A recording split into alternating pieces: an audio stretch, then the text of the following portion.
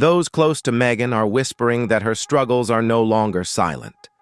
The cracks she's tried to hide are beginning to widen. But what's really happening behind closed doors? Are we witnessing the downfall of an icon, or is this just a difficult moment in her life? You've certainly seen the confident Duchess dressed in designer gowns walking with a perfect image. But now, another Meghan is emerging, a woman fighting battles she can no longer control. So what does this mean? Don't forget to leave a 1 in the comments if you sympathize with Meghan Markle, or a 0 if you have a different opinion.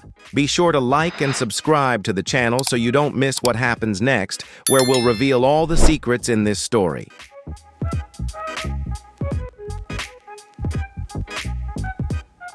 James Dalton. One of the legendary characters in Roadhouse was portrayed by Patrick Swayze, a star known for his powerful and emotionally rich acting.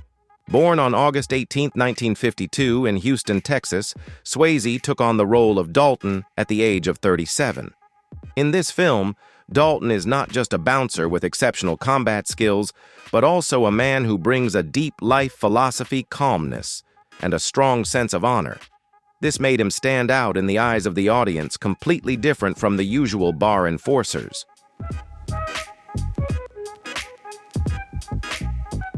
This is the story of Meghan Markle's struggles, from her hidden secrets to the public warnings. She's not just a beloved figure, she's also a major target for criticism, gossip, and even harsh judgments that are difficult to overcome. And it all started that night when everything was laid bare, when the deepest aspects of her life officially became the center of public attention. This is a story yet to be fully told, a journey full of ups and downs, and what we see is not just fame, but the silent battles she has to face.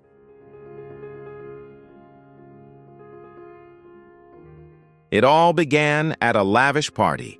One of those events where everyone prepares every detail, from their outfit and hairstyle to the smallest accessory. Soft golden lights washed over the room, creating a sophisticated atmosphere that made everyone feel as if they had stepped into another world. Meghan arrived with her usual grace, elegant, polished, and always ready for the cameras. Every step she took seemed deliberate, as though she was born for moments like this. With her gentle smile and grounded confidence, she gave the impression that the night would unfold just as flawlessly as every event she had attended before.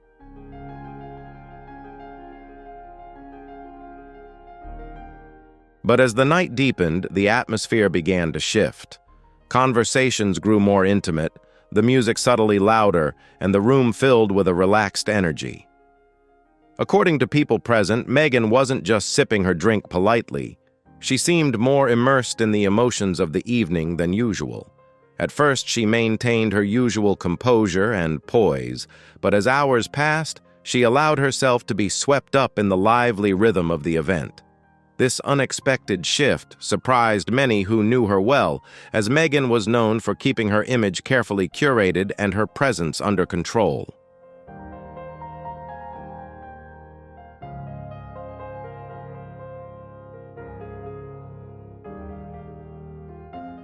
As the night moved toward its late hours, observers noted that the change in Meghan became even more noticeable. She laughed more freely, spoke more openly, and seemed to live fully in each moment of the party. The atmosphere of celebration can sometimes loosen even the strictest self-control, and Meghan was no exception. Some witnesses described the moment as though she was briefly letting go of the pressure she had carried for so long, the pressure of fame, expectations, and a life constantly under scrutiny. These subtle shifts, though fleeting, left many wondering if something deeper was unfolding behind her polished exterior.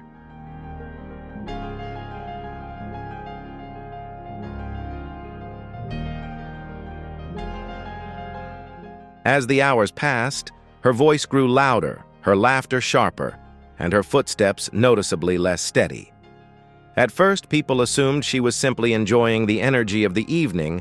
After all, parties like this often brought out a more relaxed side of everyone. But gradually, her change in demeanor became too clear to overlook. Guests began exchanging glances, not out of judgment, but because they could sense something in the room shifting, becoming slightly unpredictable, like a scene quietly rearranging itself without warning.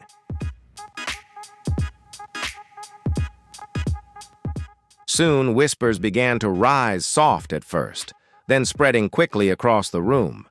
Many thought she was just joking, letting go, or trying to lighten the mood. But then the atmosphere shifted again, becoming almost heavy. Meghan began to talk about Harry, not with affection, not with admiration, but in a way that made guests pause mid-conversation. Her tone was unusual, hovering between vulnerability and confusion, leaving people uncertain whether they were witnessing a moment of honesty or an emotional slip brought on by the intensity of the night.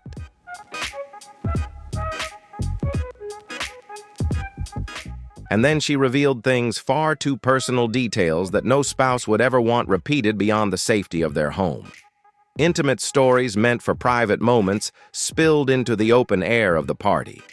Not everyone understood the full weight of what she said, but the stunned expressions around the room made it clear she had crossed a line far from her usual guarded, polished public persona.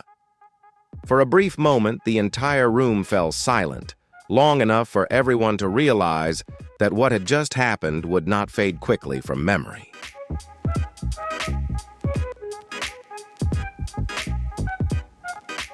Guests quietly began to back away, drifting toward the edges of the room. Some pretended to check their phones, others struck up conversations with anyone nearby, anything to escape the rising tension. Confusion flickered behind polite smiles as people tried to navigate the situation without drawing attention.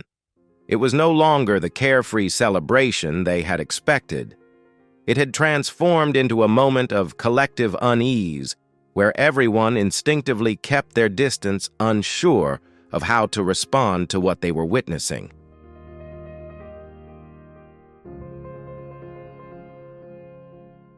What happened at that party wasn't just a momentary slip or a brief lapse in control. For those who were present, and for those familiar with Meghan's recent behavior, it felt like the breaking point of something that had been quietly building for a long time. Behind closed doors, whispers from people close to her began forming a far more serious picture, one that hadn't appeared overnight, but had been taking shape for months. Small behaviors and emotional shifts that once seemed harmless suddenly looked like pieces of a larger pattern, prompting people to wonder what was truly happening beneath the surface. Those around her shared carefully but consistently that Meghan wasn't just drinking during parties or occasional social events. According to their accounts, she was drinking throughout the day regardless of the hour, not after lunch, not only in the evening, but whenever she felt she needed an emotional release. These quiet murmurs painted a picture of a habit that had stretched well beyond social drinking, hinting at a deeper struggle she might have been trying to manage on her own.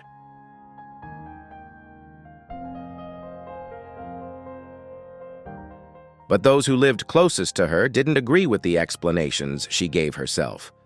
To them, the warning signs had been there for a long time, hidden beneath her calm exterior.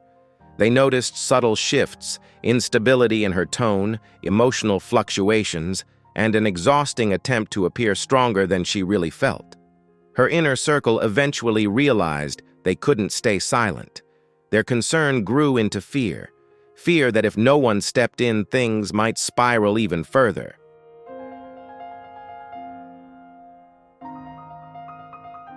Sources say they tried to pull her back in the gentlest way possible. Twice, and then a third time, they approached her carefully, hoping not to make her feel judged or exposed. They encouraged her to seek professional help discreetly, privately, without anyone knowing. Their intention wasn't to confront her, but to show her she didn't have to carry everything alone. They wanted her to have a safe place to breathe, to heal, and to regain stability before the situation grew beyond her control.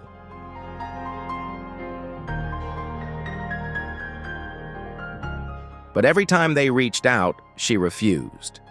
Not with anger, but with a certainty that puzzled and worried them.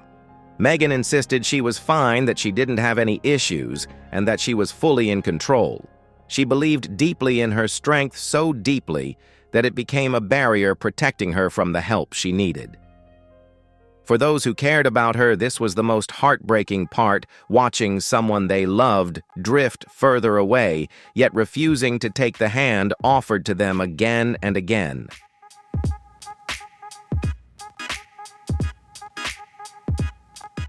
But her behavior had begun to shift in ways no one could ignore.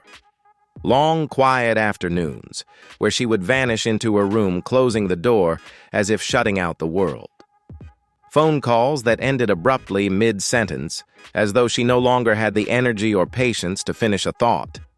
Each small moment meant little on its own, but together they painted a picture that deeply concerned those closest to her.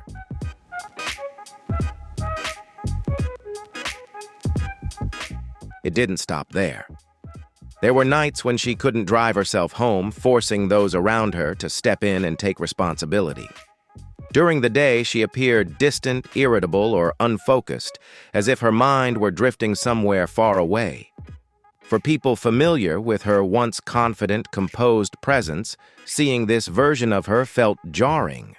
These weren't isolated incidents anymore. They had become a pattern, a series of signs suggesting something within her was slipping.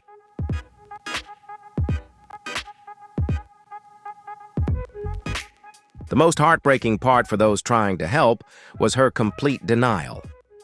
They saw the changes, they felt the weight she was carrying, and they offered support, yet she rejected it every time. Whenever someone gently suggested rest or professional guidance, she dismissed the idea instantly. Not with anger, but with an unwavering certainty that she was fine, that she was fully in control. And that denial made everything harder, for you cannot save someone who believes with absolute conviction that they don't need saving. Have you ever witnessed someone reject help, even though it's clear they're struggling? Share your thoughts in the comments, and don't forget to hit like and subscribe to the channel to continue following these inspiring stories.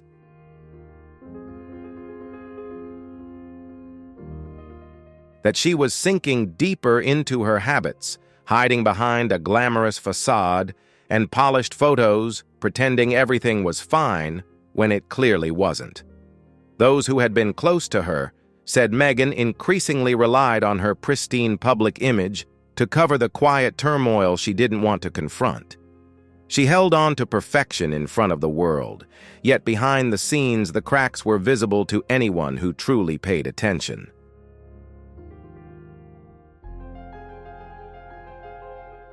What pained observers the most were the two children caught between extremes, the glowing image seen by millions, and the quiet tension that sometimes surfaced inside the household.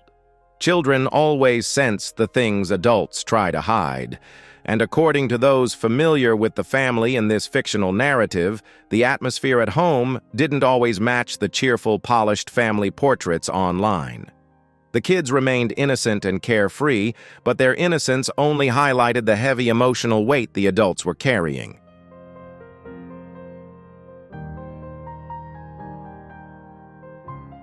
You'd think someone who regularly shares flawless family photos would be exceptionally attentive to daily moments with their children.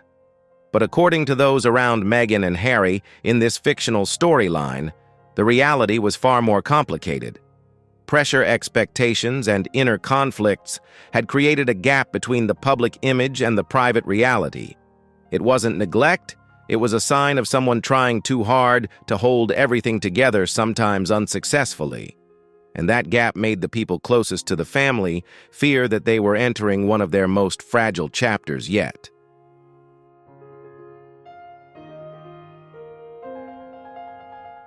Sources in this fictional narrative say the children in the Harlow household often appeared more disheveled than usual, not the cute, harmless messiness typical of kids, but something that hinted at a deeper imbalance in the home. Those close to the family noticed a widening gap between the glamorous public image and the reality behind closed doors, and the first signs showed up in the children.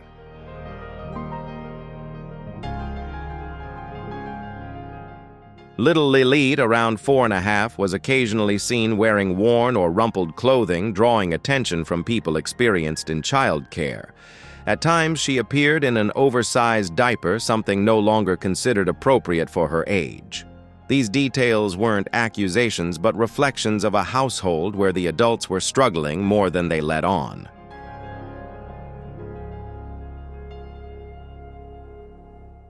It was the kind of cheap hairstyle you'd expect to see once, not every time the little girl appeared. But the strangest detail was Lilith Harlow's wig, a wig that looked unbrushed, frizzy, almost forgotten. Meanwhile, her mother, Marina Harlow, always showed up in expensive outfits, flawless makeup, and perfectly styled hair. The contrast was jarring. People couldn't understand why the child's appearance seemed neglected, while Marina invested so heavily in her own image.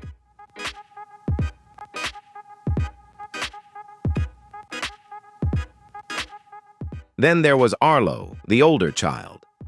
Sources in this fictional narrative said he always wore the same pair of black sneakers with white soles. Just one pair, no variations, no alternatives, the same shoes over and over again. This detail stood out even more when Marina stepped out in outfits costing over $1,600 paired with luxury bags and designer accessories. The mismatch between her polished public persona and the children's repetitive, worn-down wardrobe created even more confusion among those who observed the family closely.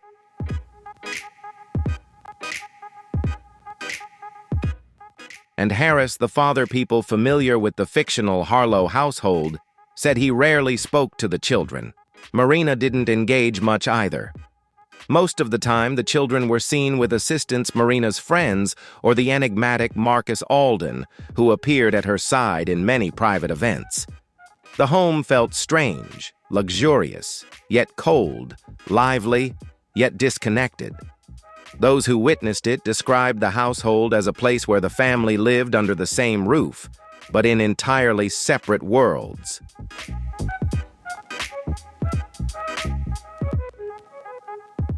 It wasn't the parents who spent the most time talking to the children. People close to the fictional Harlow family said the kids often gravitated toward assistants Marina's friends, or even Marcus Alden, more than their own mother and father. This wasn't just casual indifference. This was the quiet widening of a gap that should never exist. When the adults in the house began losing control of their own lives, everything they dropped fell directly into the fragile world of their children.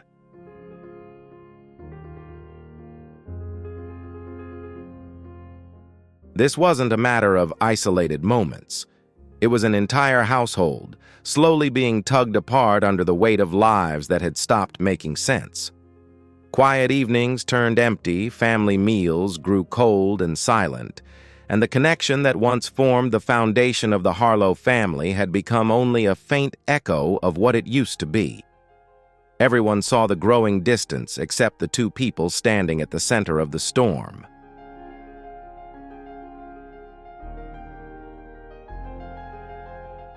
Even though few want to admit it, there are clear signs when someone starts losing control of their own life.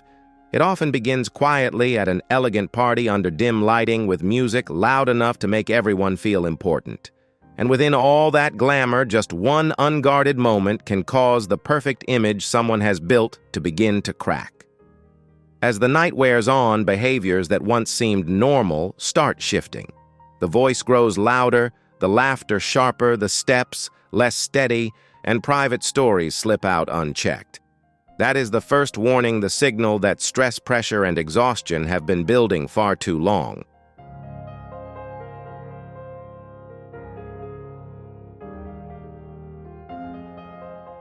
But what happens afterward is even more concerning. In many cases, these incidents aren't isolated mistakes, but the result of habits that have quietly grown over months. Those close to the person begin noticing the changes, long afternoons spent behind closed doors, interrupted conversations, repeated refusals for help, and most worrying of all, complete denial from the person who needs support the most. The tragedy lies in how attempts to intervene are often met with defensiveness, distance, and in some cases deep fractures within the family. When someone refuses to see their own struggles, every effort from loved ones unintentionally widens the gap, leaving a household drifting apart under the weight of issues no one can solve alone.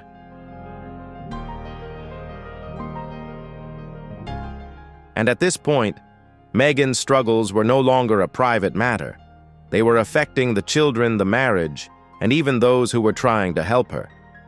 But the deepest corners of her world, the people she relied on, the double life she was living, and the questions lingering throughout her home, those stories were only just beginning. When a family starts to fall apart, someone always steps into the empty spaces, the gaps left behind, when parents become too busy, too distracted, or too consumed with their own issues. In Meghan and Harry's world, that person was Marcus Anderson.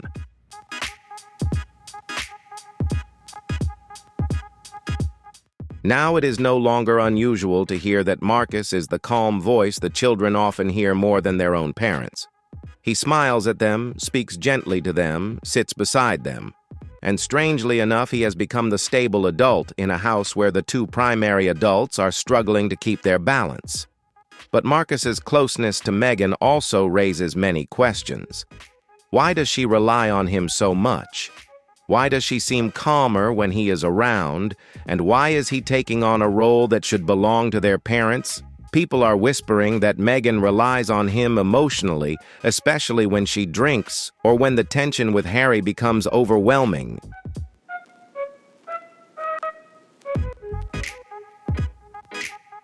And gradually, almost silently, Marcus has become an important anchor in a home where everything else seems loose and fragile. While the public believes Meghan spends the whole day in her vast Montecito estate strolling in the garden, hosting events, writing new projects, the reality is very different. Sources say Meghan has spent more time in a private apartment in Los Angeles than at home with Harry and the children. A hidden second life, a place far removed from work marriage, the camera lenses, and sometimes even the children. In that apartment in Los Angeles, Meghan is said to feel free.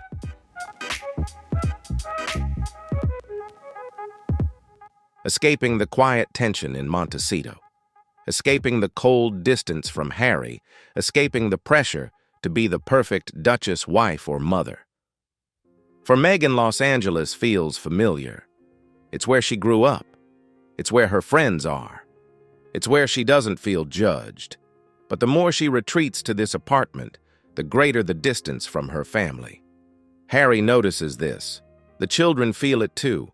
Even the staff can sense the change, the sudden gaps where Meghan should have been present. It's not just a second home, it's a second life.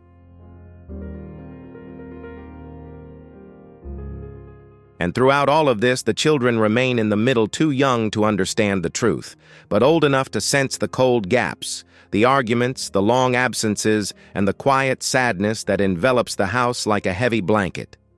Those close to them worry that the family has reached a turning point, a moment when something has to change or everything could collapse all at once.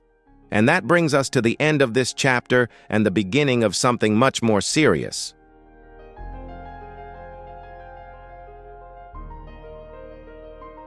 What do you think? Is there still hope for this family, or is it too late for change?